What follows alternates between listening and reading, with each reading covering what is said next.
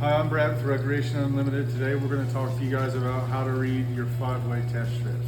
The reason that they call these 5-way test strips is they test for bromine, chlorine, alkalinity, pH, and water hardness. On your bromine, you want to keep it between 1 and 5 parts per million. On your chlorine, you want to keep it in between your 3 and 5 parts per million. Your alkalinity, you want to keep it in between your 40 and your 120. The 80 is the ideal range that you're wanting to go for.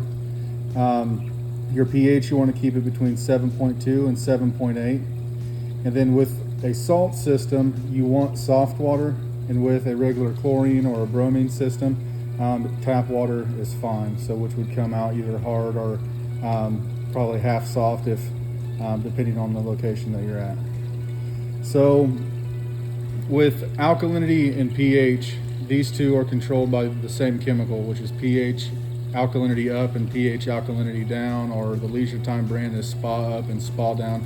They all do the exact same thing. One brings it up and one brings it down. As long as you have your alkalinity at the 80 marker and holding, which typically on a first startup, it typically takes about a week, and then your alkalinity will get to a hold. Your pH will always follow.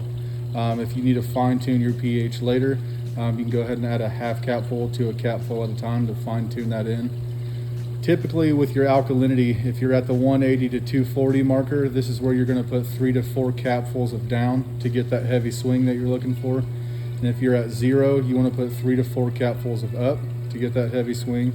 And the 40 to 120 is 1 to 2 capfuls. And I always tell everybody, just make the judgment on how many capfuls to put in by whatever color it's leaning more towards. So I'm going to show you guys how to test the water.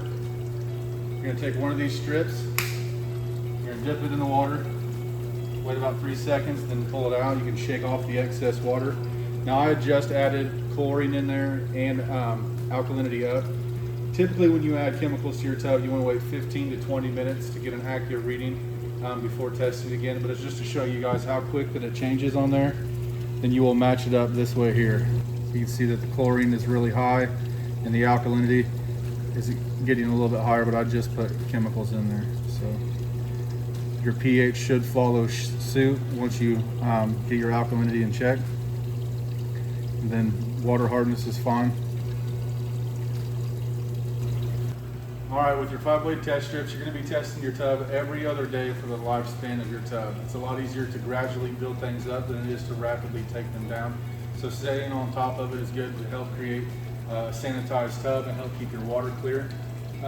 If you guys ever have any questions whatsoever, you guys can go ahead and give us a call at 317-773-3545, and we'll be happy to help you with anything.